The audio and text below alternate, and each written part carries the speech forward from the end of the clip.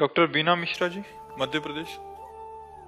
राधे राधे महाराज जी। महाराज जी, मैं स्त्री रोग विशेषज्ञ हूँ। कुछ दिनों में तीज का व्रत, चौथ, नवरात्रे जैसे व्रत महिलाएं की अटूट श्रद्धा रहती है। महाराज जी, ऐसे समय में गर्भवती महिलाएं भी खुद गर्भ में पल रहे बच्चे के स्वास्थ्य का ध्यान न देकर व्रत रहती हैं। नहीं नहीं नहीं नहीं नहीं नहीं रहना चाहिए, क्योंकि उस समय आपके ही खान पान से बच्चे का पोषण होता है। जब गर्भस्थ शिशु होता है वो माँ के ही खान पान व्यवहार से पोषित होता है। तो अगर आप व्रत रहेंगी तो उसको पोषण तत्व तो नहीं मिलेंगे।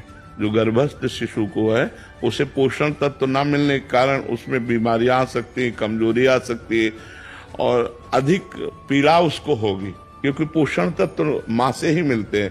तो हमारी समस्त माताओं से प्रार्थना है कि जब गर्भ हो तो सबसे बड़ा व्रत आपका है उस गर्भस्थ शिशु का पोषण करके उसका जब जन्म दे दें और वो हमारे राष्ट्र के काम आवे, हमारे देश की सेवा करने लायक बने, तो ये बहुत बड़ा व्रत हो गया।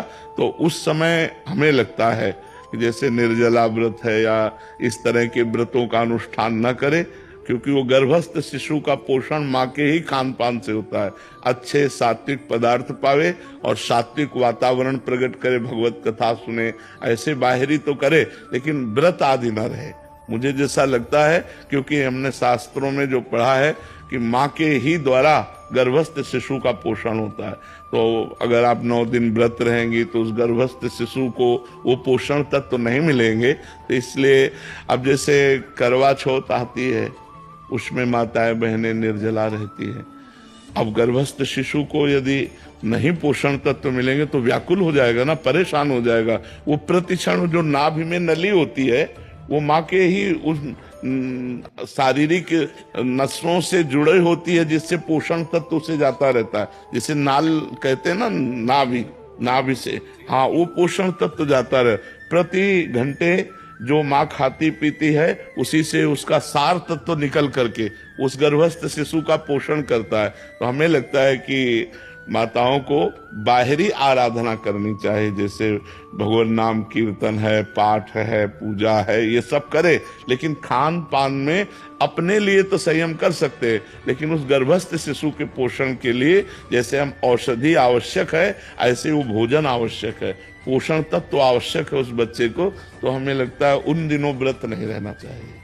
जी महाराज जी, रेणु साहू जी, ये किसी अन्य का प्रश्न है। कह रहे हैं कि क्या महिलाएं हनुमान जी का व्रत रख सकती हैं? महाराज जी, बहुत सारे लोग कहते हैं कि नहीं रखना चाहिए। यदि आप भगवान मानते हैं तो हम भगवान के सब बच्चे हैं, चाहे स्त्री हो चाहे पुरुष हो, ये शरीर है लेकिन अंश तो हम भगवान के ही हैं। तो हम क्यों नहीं हनुमान जी महाराज की आराधना कर सकते? हम मानते हैं कि प्रगट रूप में जब हनुमान जी के श्री विग्रह पर बंधन वार आदि इन बातों को तो हम, लेकिन वो हमारे भगवान हैं तो हम हनुमान चालीसा पढ़ सकते हैं, हम उनका नाम जप सकते हैं, हम उनकी आराधना कर सकते हैं, हम उनको भोग लगा सकते हैं। हम बंधन वार आदि की बात नहीं कर रहे कि जैसे उनके शरीर के बंधन आदि, क्योंकि उनका एक परम ब्रह्मचारी स्वरूप भी है, परम ब्रह्मचारी स्वरूप है ना।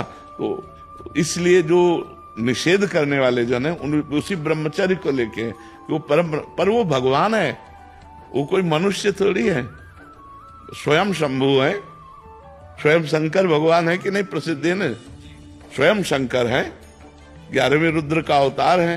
तो हमें लगता है कि जैसे आराधना तो सब कोई कर सकता है, पर हम बंधनवार आदि के लिए अभी प्रमाण नहीं पाया। अपने हाथ से हनुमान जी के शरीर को छूना या उनके बंधन आदि, ये अभी तक हमें, लेकिन हम अपने भाव से कहते हैं कि हमारे वो भगवान है, हम हनुमान चालीसा पढ़ें, हम हनुमान जी का नाम जप करें, हम हनुमान जी के लिए भोग की व्यवस्था करें। ये मान लो घर में हनुमान जी विराजमान तो रसोई बनाकर बढ़िया सुंदर भोग लगावें, ये सब हम हनुमान जी की आराधना कर सकते हैं। लेकिन बंधनवार चढ़ाना आदि ये हमें प्रमाण नहीं मिला, इसलिए हम इस विषय में हाँ नहीं कह सकते। बकाया आराधना तो की जा सकती है क्योंकि वो हमारे भगवान है। महाराज जी, आरती कर सकते हो? हाँ, भोग बनाइए, भोग लगाइए, आरती कीजिए। उनका जो श्रीअंग सेवा है उसके लिए, हाँ, उसके लिए हम नहीं कह सकते, क्योंकि उनका एक परम ब्रह्मचारी स्वरूप है। वो परम ब्रह्मचारी महान, तो कहते भाई हनुमान जी सबके हैं, वो हम भी कह रहे हैं। तो ये शरीर धर्म की मर्यादा है। तो हम शरीर धर्म की मर्यादा के अंतर्गत कहते हैं कि बंधनवार चढ़ाना आदि जो हनुमान जी का है वो हमने कहीं नहीं पढ़ा कि माताएं बहनें चढ़ाएं। लेकिन हम भाव से कह रहे हैं कि हनुमान चालीसा पढ़ना, नाम कीर्तन करना, भोग समर्पित कर देना, आरती कर देना, ये निषेध है। उनके श्रीअंग की सेवा के लिए हमने कहते हैं ये बात। बजरंगबाण रोज पढ़ा जा सकता है? भगवान का यश मान करके क्यों नहीं किया जा सकता? लोग बोलते हैं कि बजरंगबाण रोज नहीं पढ़ना चाहिए। अगर हम भगवान का यश गान कर रहे हैं, हमें कोई अनुष्ठान थोड़ी कर रहे हैं कि हम बजरंग बाण का प्रयोग किसी के प्रति अनुष्ठान कर रहे हैं, हम तो भगवान का यश गान कर रहे हैं। जय जय हनुमंत, उसमें जिसमें वर्णन तो जय जय हनुमंत है ना, उनकी जय जयकार कर रहे हैं, उनकी महिमा का वर्णन कर रहे हैं। और सबसे बड़ी बात है, अगर ये माना जाए तो बजरंग बाण का सही प्रयोग है भव रोग का नाश। जो भव रोग है उसका नाश।